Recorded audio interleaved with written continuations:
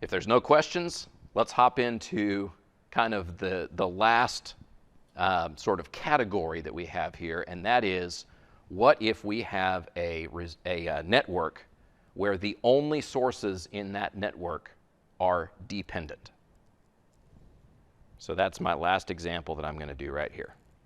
What do we do if we have a circuit network where the only sources that it has are dependent?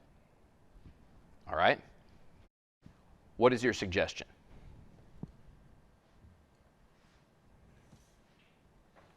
Okay, I'll kind of scroll back up here so we can see some of the notes that we had. It says, find the Thévenin equivalent at terminals A, B for that little network right there. All right? So, if we kind of think through our normal steps, okay, let's look at, let's look over here at our, to find our Thévenin voltage, what do we need to do? With our independent sources on, which we don't have any, but we'll just say, okay, that means that the network is going to behave just like it is. With those on, find the voltage across the terminals. Okay? All right, let's do that. Okay, so tell you what, I'm going to take a little copy of this so that I can leave the original untouched.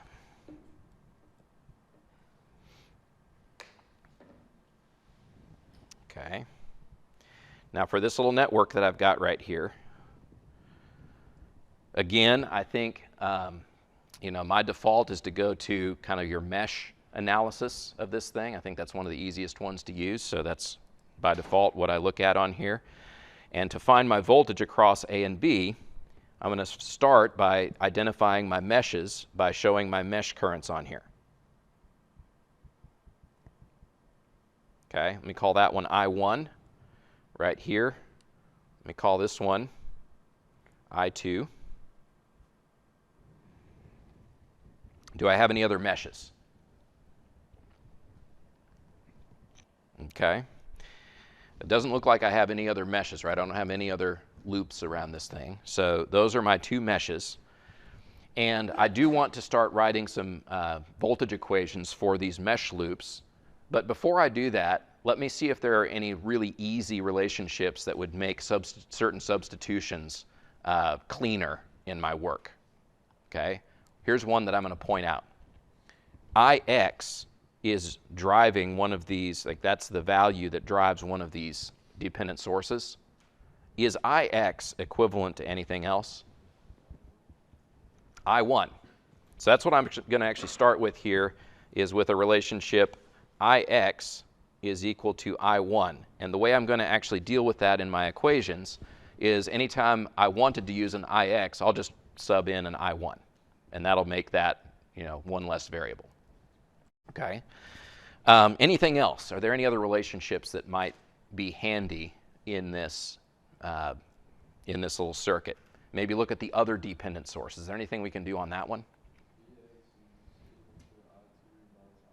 Okay. He says Vx is going to be equal to I2 minus I1 times what? 50 ohms. So let me write that this way. 50 ohms times I2 minus I1. This one's not quite as clean of a substitution, but it's still something that I could, anytime I see I want to use a Vx, I can just say, instead of writing Vx, I'll write 50 ohms times I2 minus I1.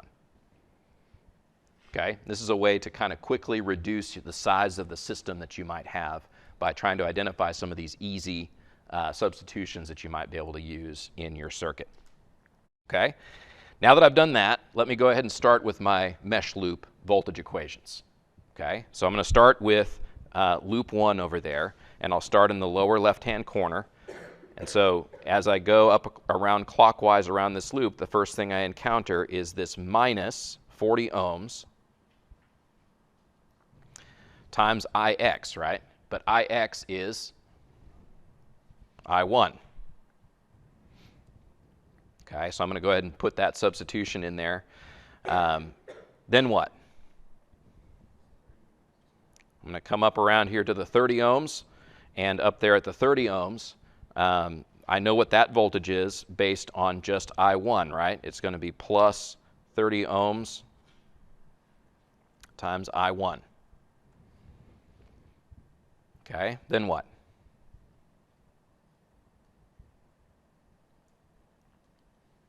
Okay, then I come back around the loop across my 50 ohm resistor, right? And what I can do there is plus 50 ohms times what? I1 minus I2. And does that get me all the way around the loop? It sure does. Okay. Now I've already used my first two equations up there, by doing any kind of substitutions that I might need. So those aren't actually extra equations for me to use up there relative to this one, because I've already kind of fully used them by making sure I've got all my subs that I needed in there. So can I solve this thing all by itself, this one equation? I can't, because it has two variables in it, right? It still has two unknowns left in it. So that means I should probably move on to my next loop, right? So I'll start in the lower left-hand corner for the next loop, and I will start by going up and around here. The first voltage that I will see is 50 ohms multiplied by, I'm going to have I2 minus I1. Then what? What do you think? Or do we have a problem? What problem do we have? I'm letting you think about it. Okay? Because this is kind of the path that you might take if you were just blindly, making your way through this problem. What problem do I have right now with writing this equation? I have a current source right here. Okay? Now, that might be like, oh shoot, I've got a current source. You might be disappointed. You shouldn't be disappointed though. Why not? That actually makes your life easier. Okay? What it means is, instead of writing this equation, a lot of you I know hate erasing, instead of writing that equation that I started writing, what should I do instead? I should say, well, that current source is only in one mesh, right? So whatever current that current source is causing at that point is going to be the current of that mesh, right? That's going to be that mesh current, right? So that means that this equation that I need to write is no longer kind of a voltage loop equation. It's instead, how does this current relate to the definition of what my dependent current source does, right? And here's what that would look like. I2 is going to be equal to, because I2 is the same direction as this current source, right? So it's going to be equal to Vx over 20 ohms. But what's Vx? I already said Vx is 50 ohms times I2 minus I1. So this is going to be equal to 50 ohms times I2 minus I1 divided by what? 20 ohms, because that's how the dependent current source was defined. Okay? So that is my second equation. Now what does that do for me? Okay? I now have a system of two equations in two unknowns, and that means finding I1 and I2 is just a matter of working them out, figuring out what your coefficients are, plugging those in a calculator, and getting the answers. And instead of showing you the exact specifics of how I did that, I'm going to let you know what I get for these numbers. And they might surprise you. Okay? I get for I1, say what? Are we not I still didn't hear you. Okay. What we get for I1 is 0 amps. And you know what we get for I2? 0 amps. Okay? Is that interesting to you? Okay. Now, I'll tell you what, if you actually look at these equations, let me ask you this. Do you see any numbers that are not multiplied by one of the variables? What does that mean you're going to have on the right side of your equation? Both equations are going to have 0 on the right side. And if you've solved any system of equations where you don't have any sort of constant terms, right, where you don't have like a number multiplied by a variable, one where it's just a number, if you have all zeros on that right column, you're going to have 0 results. So here's my question. What do you suspect now at this point if the open circuit voltage is 0 volts? Which I didn't really prove that. Let me actually do that real quick. I kind of skipped ahead one little step.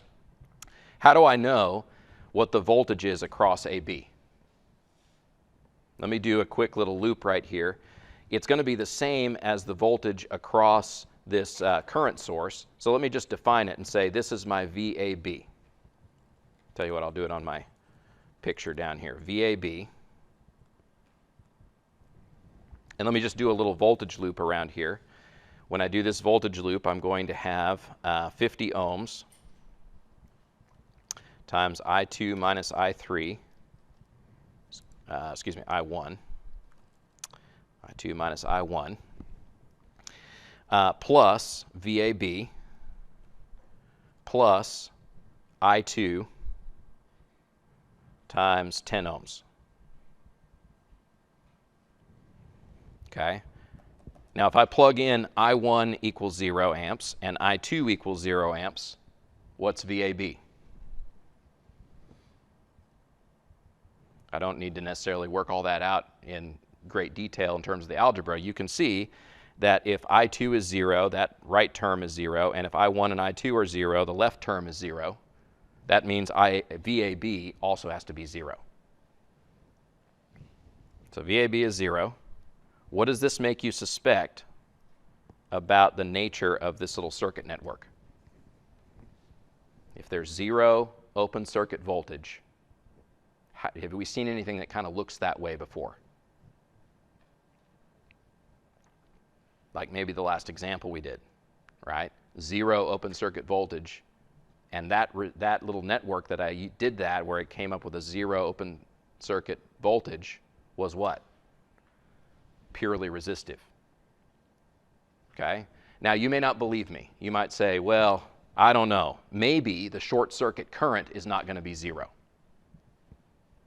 Okay? So let's check that out. Let's see if the short circuit current, let's see what that is, because that would be interesting if it was, different than what we would have with just a pure resistor network. So I'm going to take this thing and put it over here and do the analysis to figure out what the short circuit current is going to be. What do I need to do first to do the short circuit current? Probably first short the circuit, right? Do something like this, and then define what that short circuit current is going to be. I'll call it IAB. So that's what we're trying to find is IAB for that little network.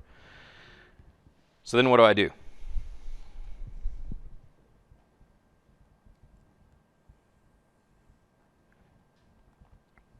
Okay, I've already got some work done that we might be able to reuse. What if I think about using mesh analysis again? Do I have any of my meshes that are essentially unchanged?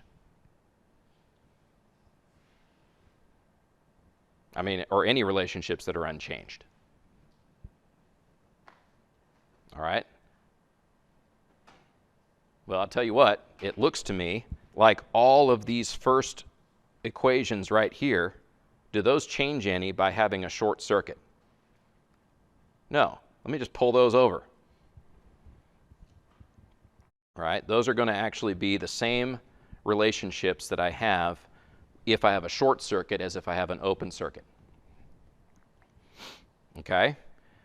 So that actually presumes, and I probably should show this on here, it presumes that I'm defining my meshes, at least for those first two, in the same way. Something like this and something like this. But now I have something that changes a little bit because I have a third mesh. Right? So let me show that mesh over here and call this I3.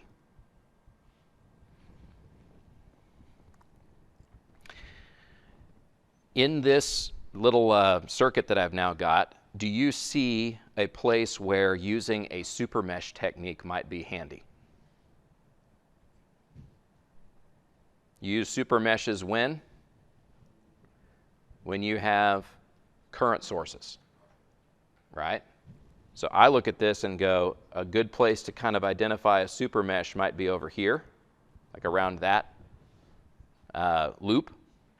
So what do I write for that super mesh? I'm going to start in the lower left-hand corner again, and this time I'm going to go up and around and start again with my Vx, you know, that voltage across the 50 ohm resistor. I'll do it like this, 50 ohms times I2 minus I1. Okay. Then I go up and around the loop. I don't encounter any circuit elements until I get all the way back to my 10 ohm resistor. So there I will do plus 10 ohms times what? Just I2, I heard someone say. Okay. And we'll set that equal to 0. Say what? Okay. So you're saying you look at this and you say, it looks like we still don't have any, that's a 2-equation, 2 unknown system that I just wrote right there, right? It looks like we still don't have any term that would not be multiplied by a variable. And that's a very astute observation. This says that for this circuit, we also have that I1 is equal to 0 and I2 is equal to 0. But how, I mean, neither one of those is actually my IAB, right? What is IAB actually? Turns out IAB is equal to I3, right? Is there any way I can figure out I3?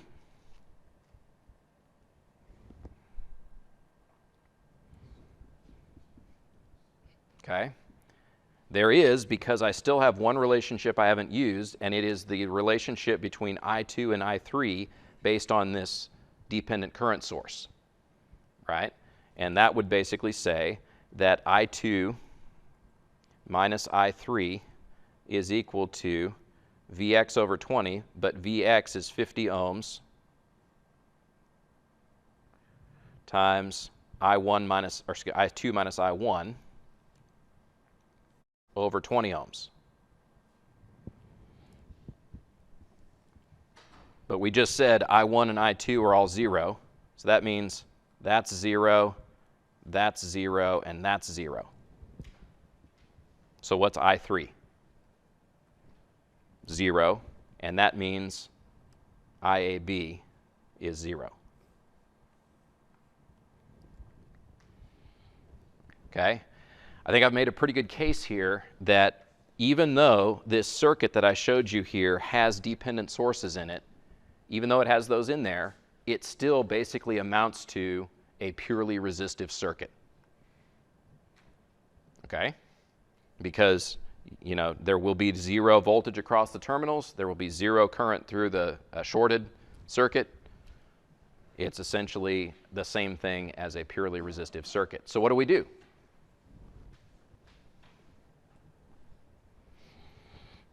Our rules say you try these different options, right? What we're saying actually, that I should go back and mention, open circuit voltage is 0, short circuit current is 0, so we're essentially done with the left part of this set of rules. We know that the source value is going to be 0 in either the Thévenin or the Norton equivalent.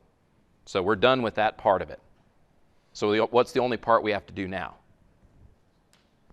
Okay, over here in this column, we need to figure out a way to find the equivalent Thévenin resistance. Okay, does option 1 work? Got dependent sources, option 1 is going to be tough, right? So option 1's not going to work. Option 2 says the Thévenin Norton resistance is the ratio of the Thévenin voltage to the Norton current. Right? We just figured out that VTH and INO are both 0.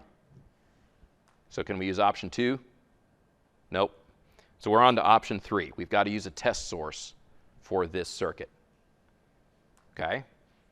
And I think I mentioned right at the beginning, I did a test voltage source the first time I did this circuit. Let me show you one where I do a test current source when I do this one. Okay? Let me take that original circuit and copy it down here.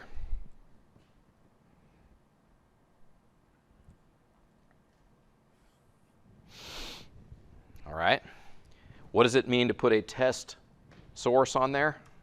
Well, I'm going to put a little current source out here, put that across the 2 terminals. What value you want to use for your test source? How about 1 amp? Can't be 0. You can pick any other number you want. Generally, the easiest number to pick, other than 0, right, is typically 1. So we'll put in a number 1 in there, 1 amp. And what is it we're going to try to find after putting on that test source of 1 amp? What are we actually going for once we put that source on there? The resulting voltage across the 2 terminals. So let me label that on here as plus and minus VAB. That's what we're trying to find, is that voltage that results from putting this 1 amp current source across those 2 terminals. Okay, and I meant to put a big label up here. What we're doing now is the test source method. Okay, so I put that current source on there like I'm showing. Now what? You know, why leave a perfectly good tool that we've been using so far all this whole time? Mesh analysis works for this too. Okay, so let's keep going with that. We probably already have some experience with doing these meshes. I'll keep going with those. I'll call that I1. I'll call this one right here I2. And then I'll call this one over here I3.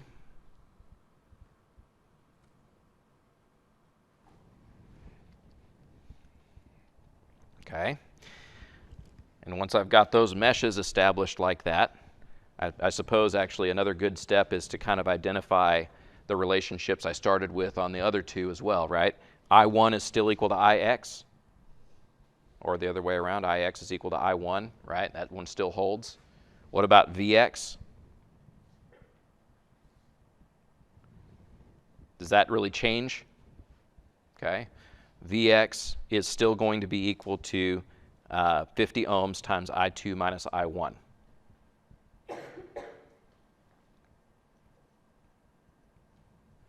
And I just put these up here so that if there are any places where it's, you know, convenient to do a substitution, I can just quickly put those in. Okay. Now let me start with my mesh loops. Let me start with my first mesh loop over there. Let me ask the question, is it any different than the first 2 times I did this problem? We didn't change anything, right? So let me go up and grab those equations, or that equation, I should say. So that is the first equation that I will have in this method, right, for my first mesh loop. All right, now what about the second loop? Thoughts? Okay. You could think about doing a super mesh. Okay, that's one way that you could approach trying to do this problem here. And I'm not opposed to that concept, but where do you define your super mesh? Tell you what, before we do a super mesh, let's put another equation in here. Because we did another equation when we were up here using trying to find our Norton current. We had this equation that related what was it? I'm sorry, it was right down here, right? I2 and I3 based on this dependent current source. Does that one still hold? Let me put that one in there, right? For this circuit right here, we have that I2 minus I3 is going to be equal to what? Put my substitution of 50 ohms times I2 minus I1 over 20 ohms, right? So that is another valid equation that I have right there. How many unknowns do I have total?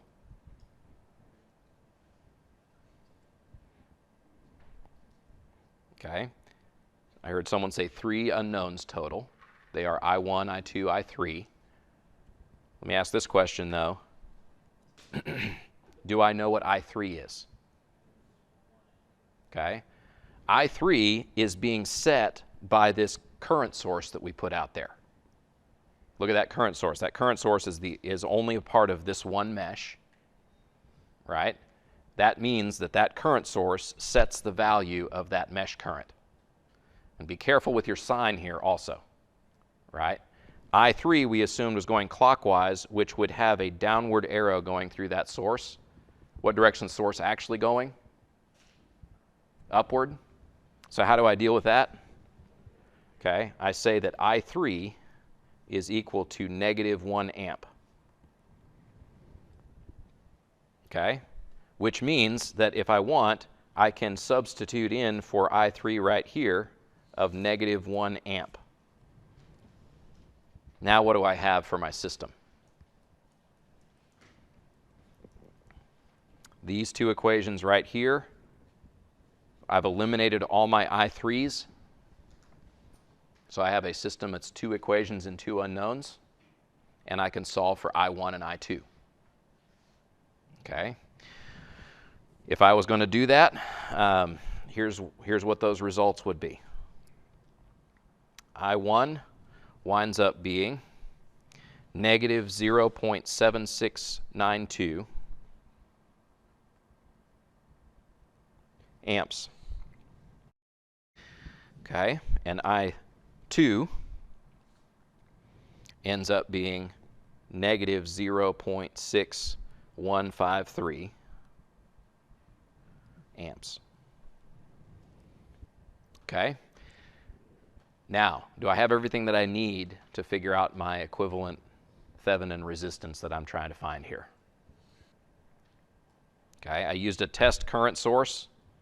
So what am I trying to find? A voltage. I'm trying to find voltage AB. I don't have it yet, but what do I need to do to get it? I'll tell you what, I'm going to look at this little loop right here and do KVL around that loop, because that will give me VAB, right? One of the things that I can get out of that loop is VAB as one of the terms, and I think I will know everything else that I need in that loop. Okay, so I'm going to put a little label here, KVL around the loop that I have colored yellow. Okay, so the first thing I have there is 50 ohms times I2 minus I1. I now have values for those, right? I2 is -0.6153 amps minus I1, but I1 is minus 0.7692 amps. What's next around my loop? What's next around my loop is the voltage value that I'm trying to find, right? VAB across terminals AB is the next voltage that I could have in this little yellow loop, right? Then what? I'm going to come around to the 10 ohm, and there I will have 10 ohms multiplied by I2. But I2 is what? 0.6153 amps. That gets me all the way around the loop. How does that help me?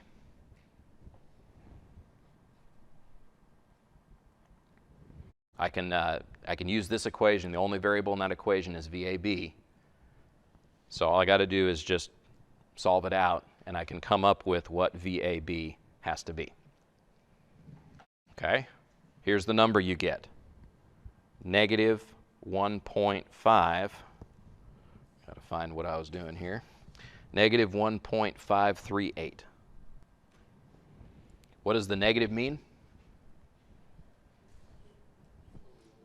Okay, it means the way that I labeled my VAB, the voltage is actually flipped from that. Okay, and we're going to see some interesting stuff because of that.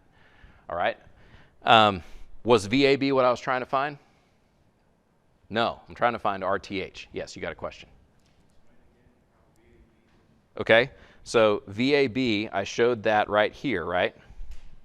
That's that voltage, but that's across these two nodes, right? Let me color the nodes here. That's across this node, right, over to this node.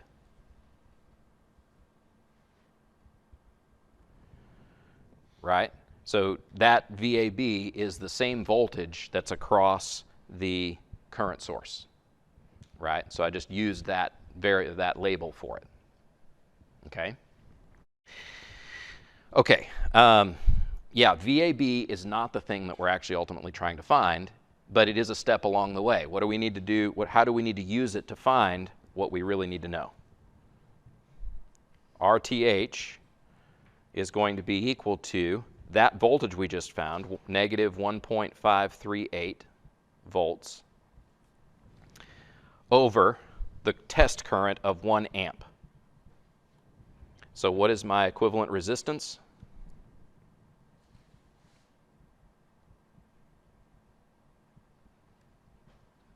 Negative 1.538 volts, or excuse me, that should be ohms.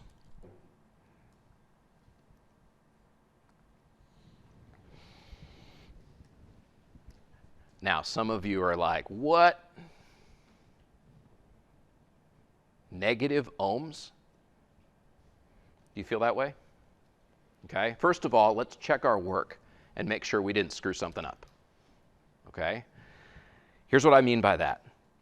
If this, let's say that we do assume that everything on the left of this circuit, everything to the left of AB for this circuit is like just a resistor. What direction, if the current goes the direction that I have the test current flowing, do I have my voltage polarity labeled according to what you'd expect if we were just driving it across a resistor?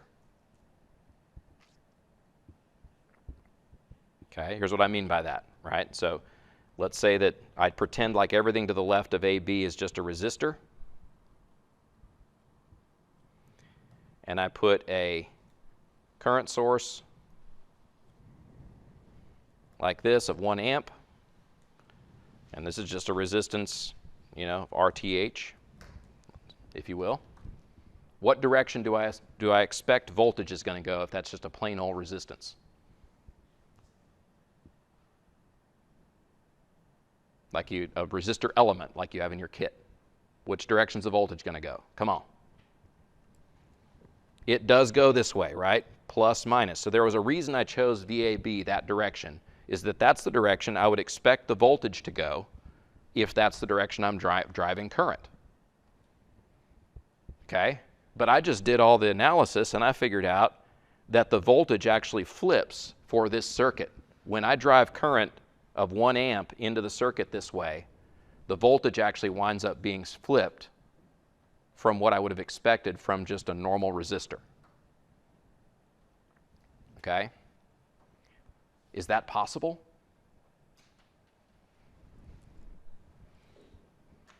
Okay? If your intuition is like, I just don't even know what that means, there's a reason for that. Okay? The reason for that is, in order for this to be possible, you have to have elements that are sourcing energy. A regular resistor can't do that. Okay? But can a dependent source do that? It can. Okay? So I guess the big number one point I will make is that if you are allowed to use dependent sources, it is possible for you to make something that behaves like a negative resistance. Okay? As a matter of fact, let me show you maybe a little bit more detail about, like, you know, maybe this will help you feel comfortable with it a little bit. What if I gave you a source that is a dependent voltage source? This is kind of a separate question.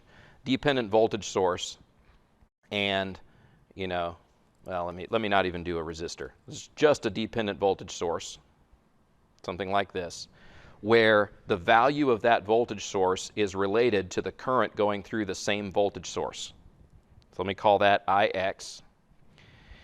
Okay. I tell you what, I'm actually going to flip this arrow around the other way. What if I make it go this way, and I say, this is Ix, and I then put that this is, let's say, 10 ohms times Ix. Do you know of anything that that dependent source that I just drew right there might be equivalent to?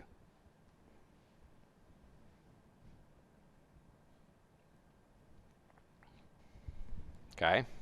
If you're going to go around the loop here, you're going to say, okay, let's say I've got, let's say I've got a mesh current. I might kind of break what my normal convention is here. Let's say I've got my mesh current right here, and I'm going around this loop. The voltage across this thing is going to be what? Let's say this is, you know, Ix mesh current going around there like that. The voltage across this element will be what? The voltage right here is going to be 10 ohms times Ix. What if I give you one where it's the same idea, but now it's a resistor that has a value of 10 ohms? What's the voltage in terms of the current through here that I'm going to call Ix again? What's the voltage across here?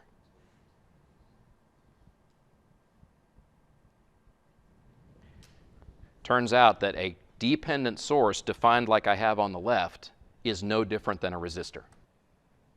Okay? But this is the entry point to understanding negative resistance. Because what would I have to do to end up with negative resistance? Would you agree that it's hard for us to think about having negative resistance for the case on the right, but for the case on the left, it's easy for us to think theoretically what we would do to have a negative resistance. All we have to do is say, well, let's just, one way to do it is just put a negative value right there. What's the voltage going to be on the output?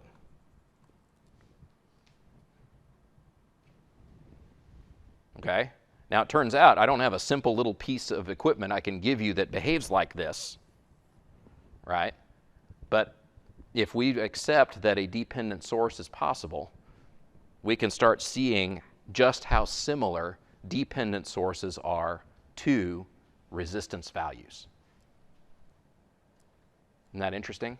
This is why when you end up with a network that doesn't have any independent sources in it, they will typically behave as though they are purely resistive. But they might have values that are negative resistance, just like we had. That doesn't always happen that way, but they might come out with values of resistance that are negative. Isn't that interesting? Okay. I think what was I supposed to do originally on here? Find the Thévenin equivalent at terminals A, B. Here, just to finish this out.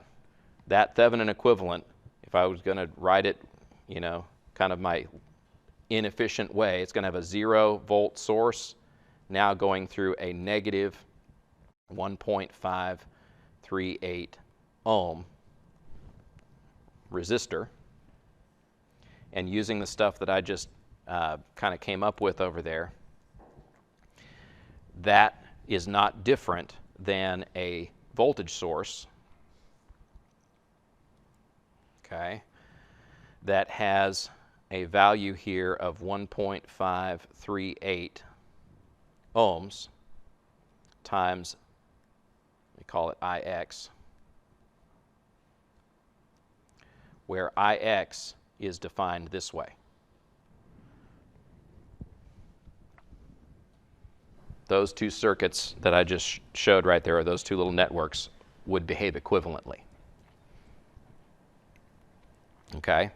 This is the only one right here that is the Thévenin equivalent, but I just wanted to give you an idea as to, what might that look like if you were actually trying to set it up.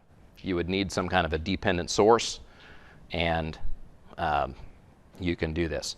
When we get to the topic of op amps, I might actually show you how you can create something that behaves like a negative resistance, like in terms of actual components.